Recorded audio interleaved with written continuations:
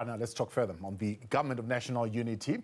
Reportedly a possibility or coalition governments also being formed, or a minority government being an option. Economic Modeling Academy co-director Dr Pali Lehohla joins us now for more on that. Dr Pali, good to have you, and thank you very much for coming on this evening. I think if it was not later last year, it probably was earlier on in the year where we spoke to Indulamiti about the scenarios. Of course, the scenarios had changed. Even the totems had changed. They were using different totems and so on and so forth.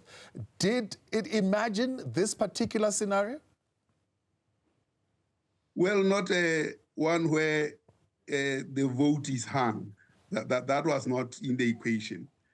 It totally took everyone by surprise. But it imagined a scenario that asks the question, what are we voting for? And if we look at that and the project to 2035, it projected three scenarios, which is the vulture culture, the weaver bed, and the Hadida bed. Hadida, which is a noisy democracy, and the vulture culture, only vultures survive.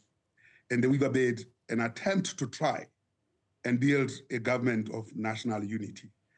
So regardless of who would have won the election, the weaver bed was the most appropriate response to South Africa's situation where we are today. So in terms of that, that was imagined, yes. But that grew out of the scenarios of South Africa 2030, where we expressed the situation that we are a Gwara nation, yes. a restless nation, a directionless nation. Our current implemented scenarios are pointing to a vulture culture.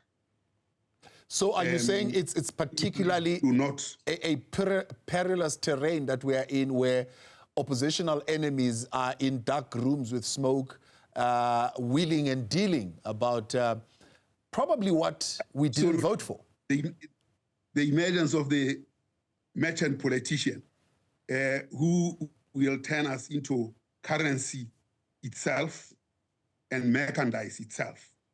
In that situation, only the merchant wins. The merchandise and the currency become just tools of his trade. And that's the situation that we can definitely find ourselves in under the process of trying to deal with coalitions.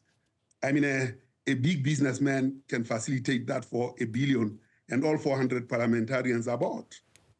So it's a perilous situation where we are, particularly in the context of a Gwara nation that is transforming into a culture, a vulture culture. And unfortunately, or fortunately, in 2005, when we were in government, we anticipated a scenario like this one, but we didn't think it would eventuate. Under the four scenarios of, three scenarios of Muvango, of Ngalakata, and then the other one, I forget the name, we chose the West. We have landed on the West scenario, which is Muvango. And under the Muvango scenario, there were four options. And we haven't chosen the last one, which is the ANC, through a project of renewal, finds its feet, approaches the populace and says, we are sorry. We actually have gone into a politician versus politician. Politician eats politician. That's where we are. I mean, the facade of filling stadiums and the ANC saying that it is having a renewal, that's a facade. And they were completely, I mean, ignorant of the fact that filling stadia, when you have 12 million people unemployed, and the stadium takes 100,000 people, it's just 1/100th of that number of people who are unemployed. And pastime for the unemployed is filling stadia. I would have filled stadia myself too. So this is a situation where really Gomomo's, the trade unionist, when he said, voting cattle. The terrain of coalitions, governments of national unity, is what we are discussing with Dr. Pali Lehohla, Economic Modeling Academy co-director, there with us. I want to take you back again, Dr. Pali, to the vulture state. You are saying the Constitution was not written for this merchant politician, or is not even written to thwart them. But we're hearing, for example, the president saying, well, we are now for the Constitution. John Steenhuisen coming up saying, well, we'll now partner with those who are for the Constitution. And previously he said, we want people who would share common values with us. What does that mean? I mean, if you're saying the Constitution is not even going to be able to deal with this merchant politician? Well, a merchant politician is a rogue politician. He doesn't respect any constitution. We are in that state where now the negotiations around who shares power, it's about wheeling and dealing. Which seat will you get? Which seat will I get? Now, the voting cattle have voted for the party they voted, not for an exchange of ideas as to who will get what between political parties. Now, that is what the vulture culture does, while poverty deepens and everything. So the best option, obviously, I'm sure we'll have a coalition government, probably. The best option, as I said, I'd called for a postponement of the election so that we could deal with the what of a vote. Because if we agreed on the what of the vote, it didn't matter how the coalition goes, because that will have been embedded in the process going forward. But that what of the vote was determined by the political parties and the politicians who have voted for that thing that they have offered us. And now they are going to decide how they share power for those we didn't vote for. So this process is about what we have not voted for instead of, or how we voted.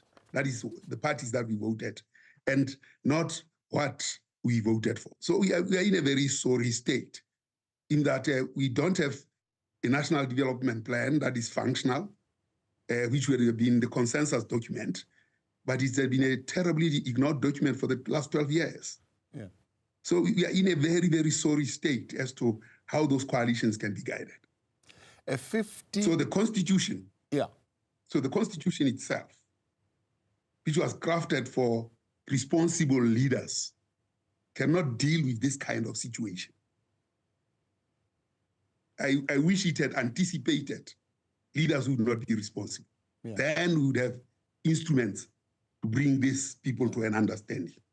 So what sort of things are going to be compromised here? I mean, things like, depending on what you think of it, the Zondo Commission, I mean, it's likely going to gather dust and is not going to be pursued. Things like the investigations of the NPA are likely going to gather dust. SIU investigations gather dust because of the wheeling and dealing that is going to go on here to say, now we are no longer going to deal with that or no longer going to deal with that in exchange of this unity that we are trying to pull together.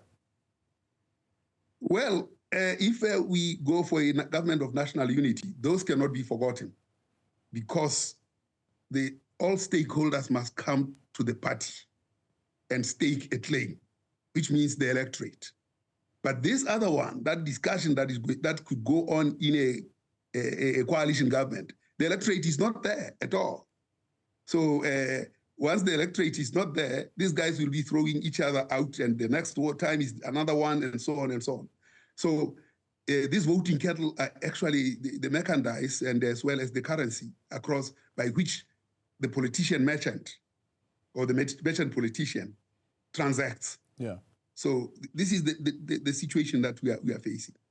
But I suppose as the students of politics would say, the offered window of political possibilities is increasingly becoming real for a national consensus, where this idea that a number of people, including General Bantu Olomi, said what I penned on the 19th of December to say, postpone the election, that which was an impossibility is increasingly becoming an inevitability. because anything short of that is likely to see people being voted in and voted out. So in Parliament. You are saying this wheeling and dealing, this carrot kind of situation that we are going to be dealing with is going to compromise the value of blacks and coloureds and condemn them to a downward trend. What do you mean? I don't know whether they were going to show you the slide that I wanted to show. Of course, if you were allowing me to show, I could show it. Talk us through it a little bit, and I'm sure they're working on putting it up. Which one are you referring to?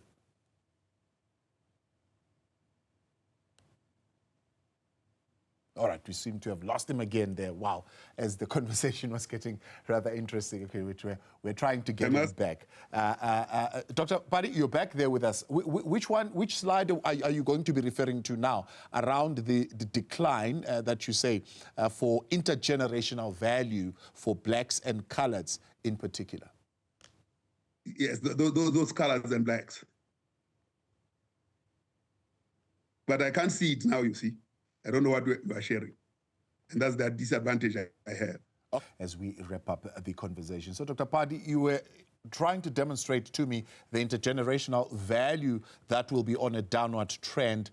So it's based on language, based on the degrees and so on and so forth. Explain to me how that works as we are going to project your slide. That slide tells you the history of South Africa for people who are 75 or 80 and below by age. So it tells you a history of more than close to a century.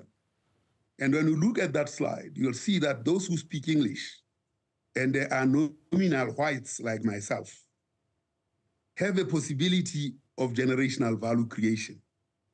Those who speak other languages other than English, there's information is tending downwards, meaning that there is no generational value that accrues to them. If I were to break that slide by English-speaking whites and African-speaking whites, you would see the separation of the African-speaking whites from the colored community with that intergenerational, losing the intergenerational value. This is where this country has been for the last so many years. And you can see the slant of the slides downwards has included the 30 years. So as far as education is concerned, which is the basic tenet of a developmental state, we have not generated intergenerational value. We have created that intergenerational value particularly for whites and for Indians, and a few blacks and coloureds who speak English. So we are nominal whites, and the rest of the population is in that mud of poverty. Yeah. Now let's go to the last slide, and you show everything on that slide, on the last slide, and you see the effect of this intergenerational value that is absent amongst the colors and the blacks. Since 1994 to now, you'll see that. Have you shown that slide in full? Yes, we are showing that now. And if you look at the panels, you start with the panel 1994 to 2016, 2017, and we end up to 2022. It might be the slide is showing 2020, but I have one for 2022. And you look at the lower panel, which talks about blacks, and the second panel that talks about colors, and compare it to the panel of Indians and whites. The blacks in particular, and for children who are, for those who have 25 to 34, they actually have lost their share in the skills. Not only are the blacks confined to that narrow nominal whites, they actually, for those who are 25 to 34, lost their generational value. When you look at the Indians and the whites, they have grown from about 40% in 1994 by almost 27 percentage points. That's absolute galloping intergenerational. Yeah. Now, the CONDESA discussion must discuss that point and say, how do we make the blacks today and colors attain intergenerational value or generational value? Now, if you think about the root, and I'm coming to the story of the Indians, when Verwoerd in 1953 said what's the value of teaching Bantu children mathematics when they cannot use it in practice, you will see that graph of the Indians rising, the one that you saw before. And that's what created that generational value amongst Indians because they built their own schools. The blacks, their graph went down. That's why the colors and the Indians are trapped in that because of the serious apartheid legacy, which the Indians were able to defeat by building their own schools. We haven't dealt with that dangerous position. And if we are going to share seats and deal with these matters where we just give each other, we become these merchant politicians that use the populace as the currency and the mechanize, that generational value will never come. And the coalitions are totally incapable of resolving that problem. But a process of societal discussion on those issues can put in place those who are responsible leaders.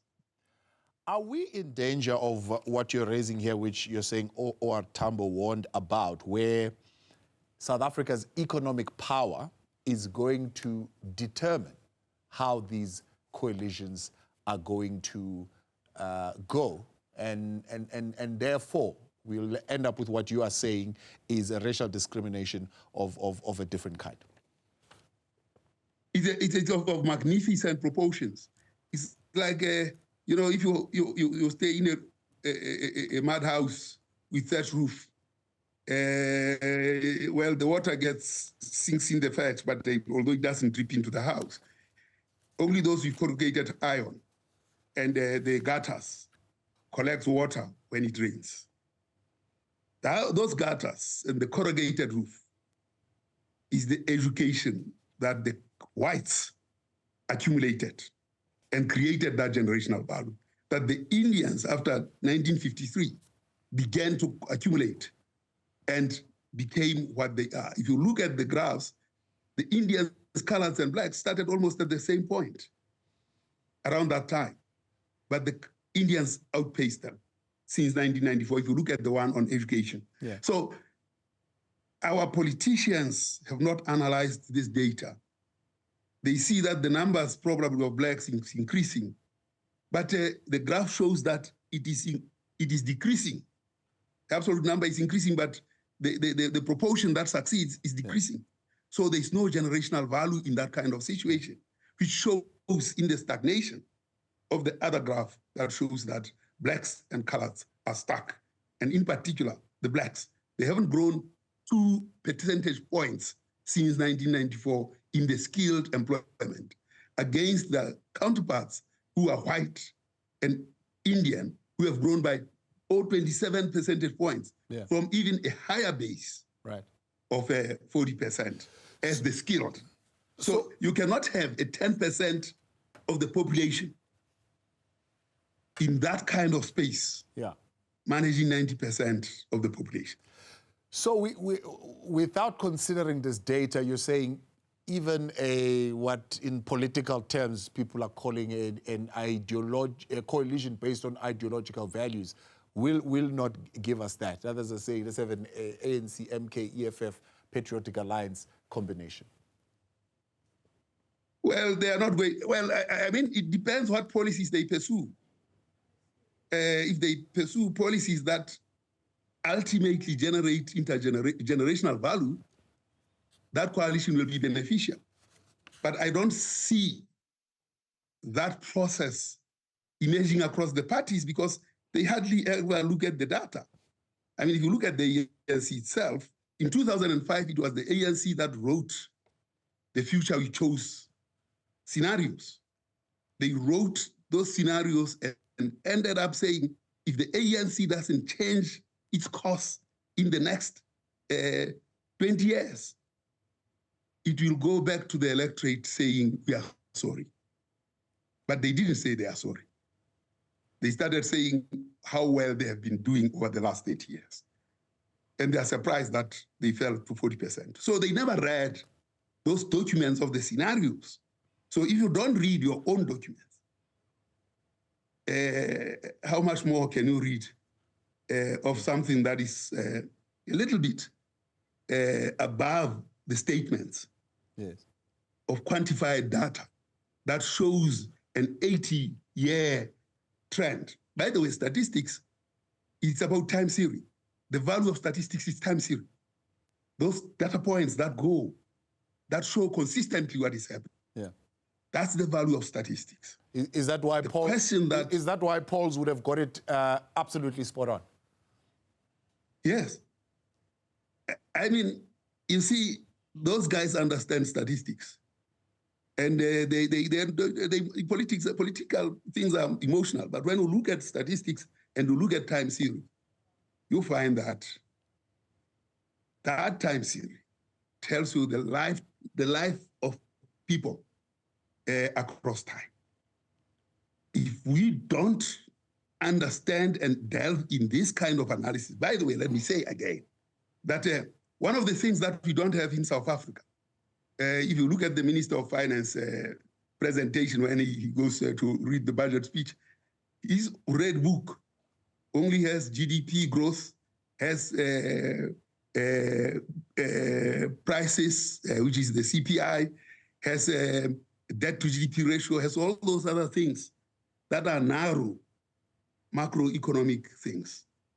They try these days to talk about employment, but they don't talk about what the extent of poverty will exist in the next 5 years.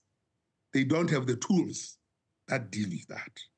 Fortunately, we have got the tools at Economic Modeling Academy through the ADRS, where now multidimensional poverty is a forward-looking tool. We can tell you now, as we look at the policies, by how much poverty will grow as a consequence of the macroeconomic stance. So this is the world that some of us live in. Yeah. And when you look at politicians and you look at the coalitions, you ask, my God, what informs this stuff? That is why I'm saying we have to talk about the what of the election, not the how and the why, or not the who and the why. And the why. Yeah. The who, that's what we did. We simply went in and voted on the who we should vote for and why we think we are voting for that, not what we are voting for as a nation. That is why that conversation South Africa has to have. Yeah. Otherwise, the time series from Mubango, that scenario Mubango, into the scenario Gwara, into the vulture culture, is the time series that will eventuate in this country. Dr. Pali Lehohla, appreciate your time. Thank you very much for indulging us with that presentation there. That's Dr. Pali Lehohla and his take of what it will take to make a government of national unity.